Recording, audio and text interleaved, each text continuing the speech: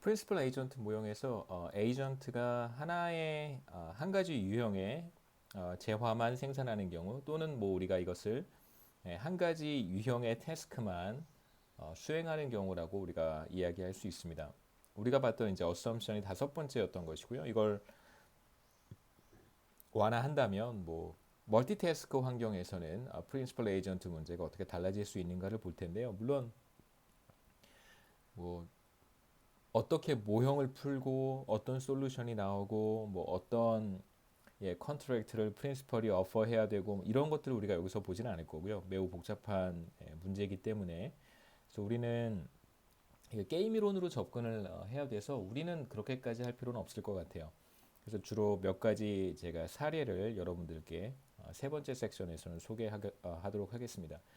실제로 이제 여러 가지 뭐 사업장에서 뭐 직장에서 한 가지 일만 수행하는 사람은 거의 없습니다. 뭐 저희 같은 경우만 해도 티칭도 해야 되고 리서치도 해야 되고 그다음에 학교 여러 가지 행정적인 일도 업무들도 수행을 해야 됩니다.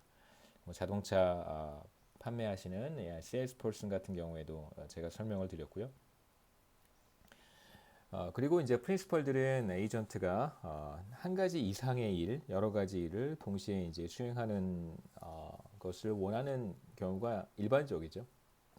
그래서 우리의 관심사는 만일 한 가지 태스크가 아니라 여러 가지 태스크를 우리가 도입할 경우 프린시펄 에이전트 문제의 솔루션이 어떻게 달라질 수 있을까, 그 결과가 어떻게 달라질까를 볼 텐데 구체적인 어떤 뭐 모형이라든가 이론을 살펴보지 않고 아까 말씀드렸듯이 몇 가지 연구 결과를 중심으로 사례를 소개하도록 하겠습니다.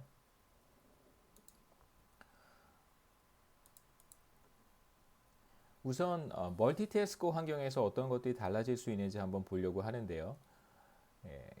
이제 우선 뭐 펌이 바로 프린시플입니다. 세 가지 형태의 퍼포먼스 매저 혹은 뭐 성과 지표라고 해도 괜찮아요. 퍼포먼스 매트릭스, 뭐 퍼포먼스 매저 비슷한 뜻입니다.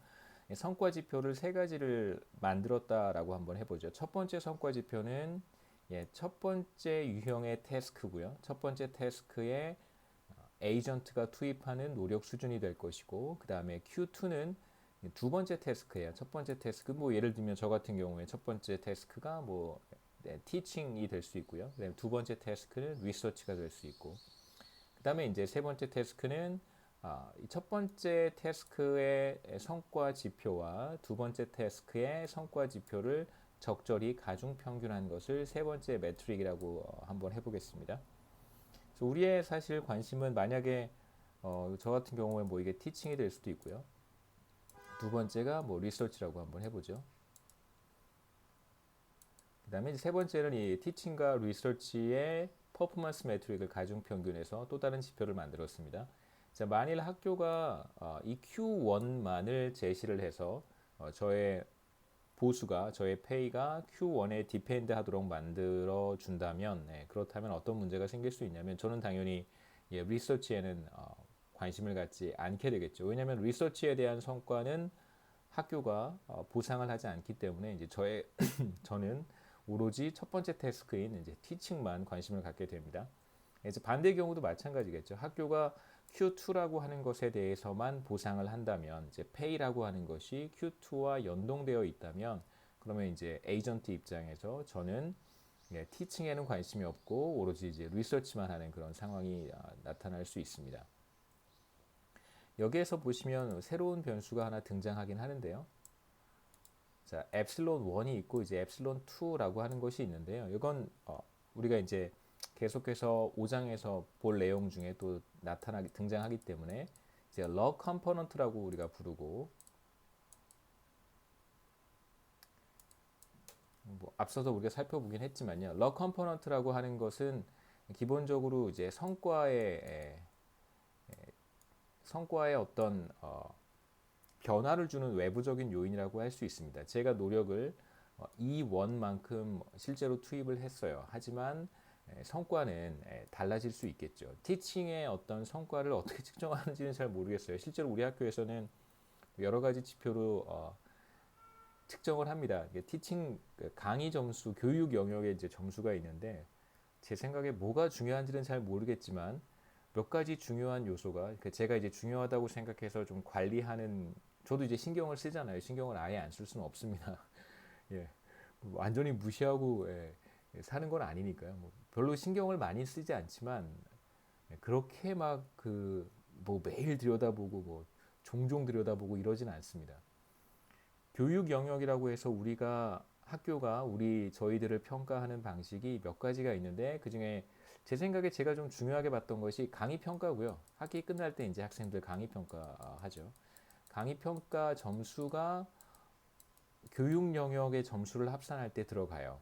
그래서 이제 제가 이렇게 투입하면 이게 강의 열심히 시간도 맞춰서 강의하고 그다음에 지금과 같은 그 매우 예외적인 상황에서는 시간에 맞춰서 제가 동영상을 이제 업로드를 하고요. 많은 학생들이 제 시간에 그 동영상을 시청하지는 않는 것 같아요. 제가 이렇게 보면 제 시간에 우리가 정해진 그 강의 시간에 강의를 보는 것 같지는 않습니다. 물론 이제 보는 학생들도 있는 것 같고요. 대체로. 그러면 이제 이게 강의 평가랑 연결이 되겠죠. 제가 열심히 하면 또 제가 성실하게 하면 제가 필요한 것들을 다 이렇게 강의를 통해서 전달을 하면 학생들은 강의 평가에 반영할 것이고요. 그 다음에 또 제가 중요하게 생각했던 것이 뭐냐면 무슨 사실 강의 평가가 제일 중요했던 것 같아요. 그 다음에 이게 뭐 대형 강의인지 뭐 80명 이상인지 뭐 아닌지 이게 되게 80명 이상 강의면 점수를 더 줘요. 저도 잘 모르겠어요. 왜 그런지. 대형 강의.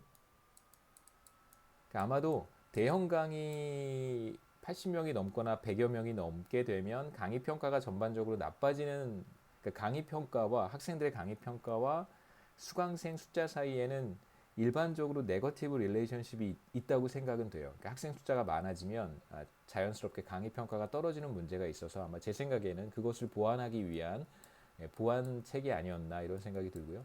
그다음에 또 강의 많이 하면 뭐 한 학기에 뭐 저희 의무적으로 리스폰시빌리티가 이제 세 과목 3학점짜리 세 과목을 강의하는 것이 저희 리스폰시빌리티인데 만약 그걸 넘어서게 되면 초과 강의에 대한 또 점수를 주고요.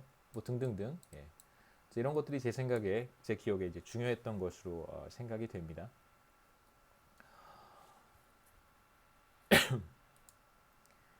그런데 이제 강의 평가 같은 경우에는 제가 일정 수준의 노력을 투입을 해도 이게 강의 평가라고 하는 것은 이제 학생들의 주관적인 평가이기 때문에요. 이게 평가가 좋을 때도 있고 어떨 때는 이제 평가가 그렇게 좋지 않을 때도 있습니다.